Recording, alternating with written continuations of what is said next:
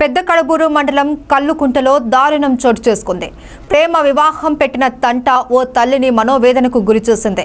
ప్రేమ వివాహం చేసుకున్న వరుడు తల్లి దళిత గోవిందమ్మను వధువు బంధువులు స్తంభానికి కట్టేశారు. కులాంతర ప్రేమ వ్యవహారమే ఈ దారుణానికి కారణంగా తెలుస్తోంది. 6 నెలల క్రితం ప్రేమ వివాహం చేసుకున్నారు ఓ ప్రేమ జంట. అయితే వీరు ప్రేమ వివాహం చేసుకున్నారు అనే కారణంతో గ్రామ పెద్దలు వీరికి గ్రామ బహిష్కరణ విధించారు. వరుడు తల్లి పని మీద కల్లుకుంట్ల గ్రామానికి వచ్చింది. ఇది తెలుసుకున్న గ్రామ పెద్దలు నియమాన్ని అతిక్రమించిందని ఆ మహిళను స్తంభానికి కట్టేసి కొట్టారు వధువు బంధువులు. వరుడు కుటుంబం దళిత కుటుంబానికి చెందిన వారు కావడం, వధువు చాకలి కుటుంబానికి చెందడంతో ఈ వివాదం చోటు చేసుకుంది. ఇరు వర్గాలు కట్టెలతో ఒకరిపై ఒకరు దాడులకు పాల్పడ్డారు. దీంతో గ్రామంలో ఉద్రిక్తత వాతావరణం నెలకొంది. సమాచారం అందుకున్న పోలీసులు సంఘటనా స్థలానికి చేరుకొని ఇరు వర్గాలను చెదరగొట్టి కరెంటు స్తంభానికి కట్టేసిన మహిళను విడిపించారు.